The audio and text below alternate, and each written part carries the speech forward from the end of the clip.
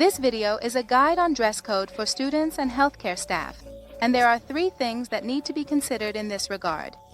Organizational guidelines, your personal preference and patients' perspectives on your attire. Does the attire of students and healthcare staff matter? Studies say yes. People's first impression often comes from clothing. Based on your outfit, people judge your trustworthiness, competence, intelligence, and wealth. For healthcare staff, this perception is even deeper. People trust you more and expect higher professionalism. For doctors and treatment staff, this idea becomes even deeper. Because of this profession, people have more trust in you and expect a higher level of professionalism from you compared to others. Your attire helps you stand out from others. So when you enter the room, it's clear that you are part of the healthcare team as a doctor, nurse, or caregiver. For example, Mayo Clinic has determined in one case that professional clothing, such as suits, is required for treatment staff. In their policy, they believe that this conveys professionalism and expertise. And even though it may not be universally popular, it helps Mayo Clinic establish its standards as a world-class medical institution. The question is, what are the differences in how doctors dress in the United States compared to Germany? For example, German doctors traditionally wear all white, which includes a white lab coat, white trousers, a white shirt, a white jacket, white socks, and white shoes. It may seem very impractical because it gets dirty so quickly, but this is just a tradition and is still respected by many institutions and doctors.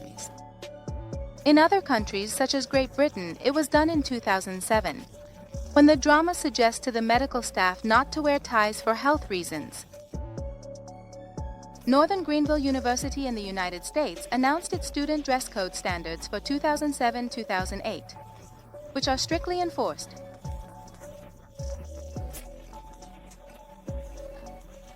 And the university even reserves the right to add more items to these standards if necessary. According to these regulations, wearing clothing that inappropriately reveals body parts is prohibited. These types of clothing should not be used, and a neat and clean appearance is required. Robert College in Turkey has also set specific guidelines for student attire, stating that if a student does not adhere to the appropriate dress code, they will be sent home.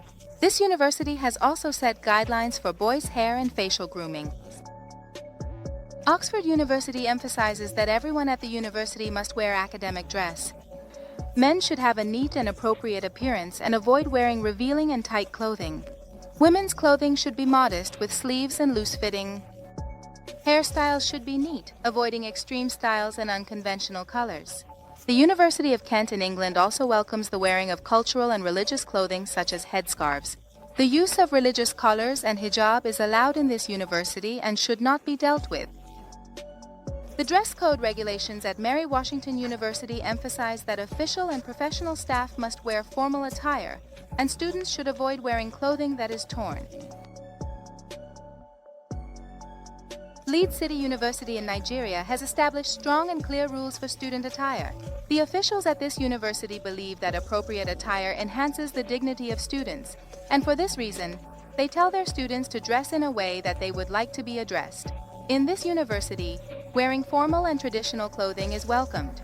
Florida State University emphasizes that students should wear clothing of a single color and ensure that all buttons are fastened. At this university, wearing appropriate formal attire and traditional clothing is welcomed. Florida State University emphasizes that students should wear clothing of a single color and ensure that all buttons are fastened. According to the Henry Simmons University of America, nails should be conventional and appropriate. The use of synthetic fabrics and artificial nails is prohibited, and heavy and unconventional makeup is not allowed. Tehran University of Medical Sciences also approved a guide for the professional attire of faculty members, staff, assistants, and students. The University Council in 2014. These regulations are designed to maintain the dignity and respect of medical professions and the academic environment of the university, to create a sense of respect, calm, and trust among service recipients, and to prevent the transmission of infections while ensuring the safety of academic staff, treatment providers, and patients. The Guide for Professional Attire at the University of Medical Sciences has been developed regarding clothing, grooming, and hygiene, and it is accessible on the Tehran University of Medical Sciences website. When in doubt and don't know what to wear, remember that it is always better to wear a more formal degree than a more informal degree, because your more formal appearance makes you come across as more professional as a student and a member of the healthcare team, as well as for the institution you are part of. Now the question is, what kind of clothing is appropriate? If your organization has strict dress code policies, you shouldn't stray from their guidelines. Paying attention to the combination of clothing is important.